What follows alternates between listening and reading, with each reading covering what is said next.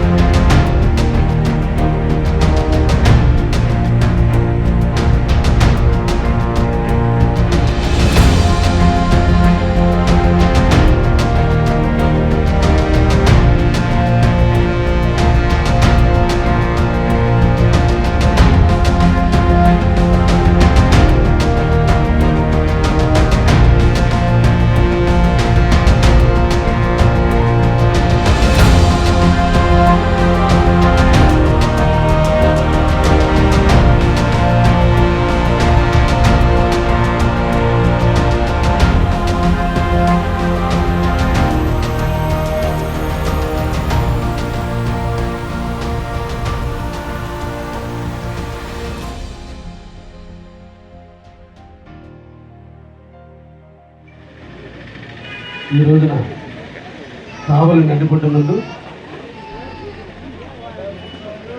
పిల్లలందరికీ రిక్రియేషన్ ఇచ్చేందుకు 6 నెలల నుంచి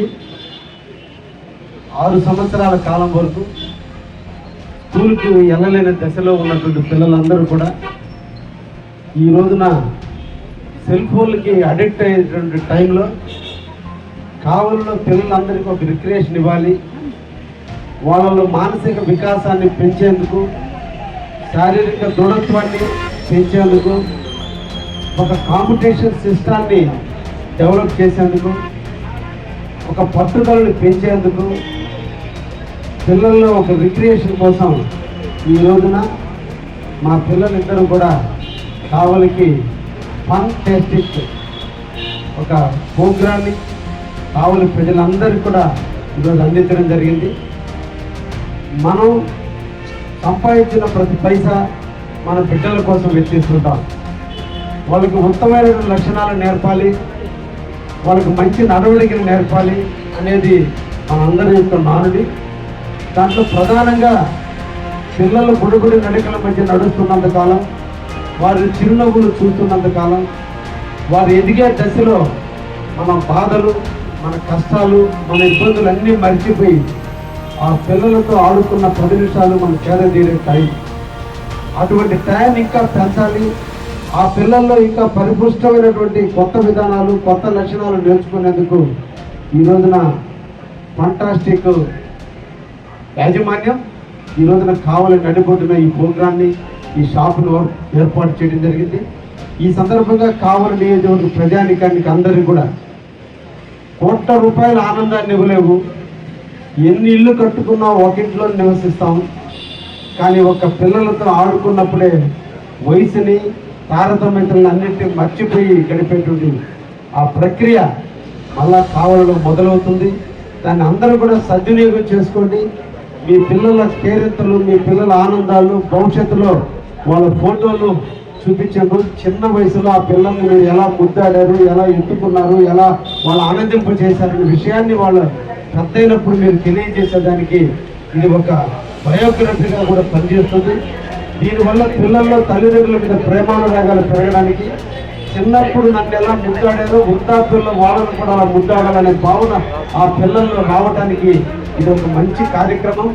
ఈ కార్యక్రమాన్ని తప్పకుండా కావాలని ప్రజలందరూ, ముఖ్యంగా కిడ్స్ తల్లిదండ్రులు అందరూ ఒక్కసారి విచ్చేయండి. ఇది కావలికి ఒక ఆణిముత్యంగా, కావలి ప్రజలకి ఒక ఆహ్లాదకరమైనటువంటి విధానంగా ఈరోజు యాజమాన్యం చేసుకొచ్చారు. కాబట్టి దీన్ని మనం అందరం కూడా కాపాడుకోవాల్సిన బాధ్యత ఉంది.